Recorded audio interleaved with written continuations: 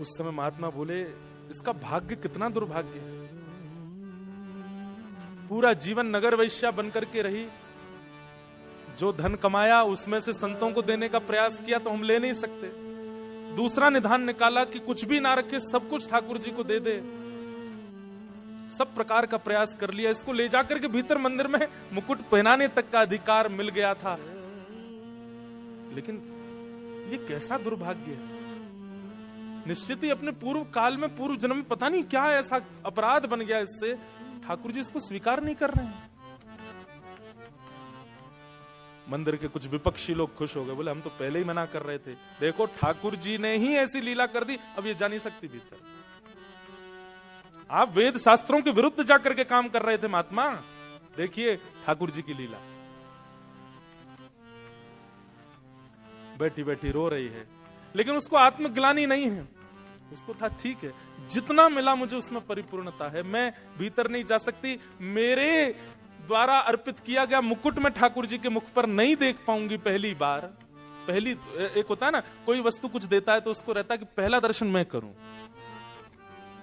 कोई बात नहीं। महात्मा थाल उठाए, बोले बिटिया अब तेरी तरफ से मैं जा रहा हूं, जाइए आप, मुझे बस बता देना कैसा लगा। ठाकुर जी के मुखमंडल पर थोड़ी मुस्कान आई कि नहीं पहन के। भीतर गए, महात्मा के नेत्रों से अश्रुपात और वो अश्रु जल मुकुट पर गिर रहा था। और बार बार कह रहे थे, ठाकुर जी आपकी भक्त वत्सलता कहां गई आज? परीक्षाएं आप लेते हैं, आपका स्वभाव है, पर इतनी क्यों लेते? जैसे भीतर प्रवेश किया, श्रीमन नारायण भगवान के सन्मुख उसको रखा गया। मुकुट की पूजा अर्चना जैसे हुई, और अर्चना करने के बाद पूर्व का मुकुट उतार करके और द्वितीय नया मुकुट धारण कराने की परिस्थिति, जैसे ही मुकुट उठाने का प्रयास किया, खुद ही उठा के लाए महात्मा जी बाहर से। वो इतना भारी हो गया, उनसे उठे ही नहीं।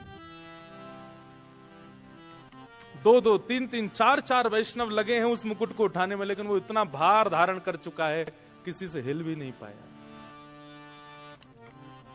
महात्मा बोले, भगवान मैं तो अभी उठा के लाया हूं, वो पूरे नगर कीर्तन करते हुए वैश्या लाई, अब अचानक कैसा क्या हुआ, ये मुकुट इतना भारी?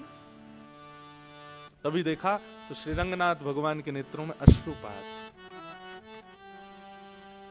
महात्मा जी ने कहा, तुरंत पर्दा लगाओ, कपाट बंद करो, ठाकुर जी से मुझे एकांत में कुछ चर्चा करनी है।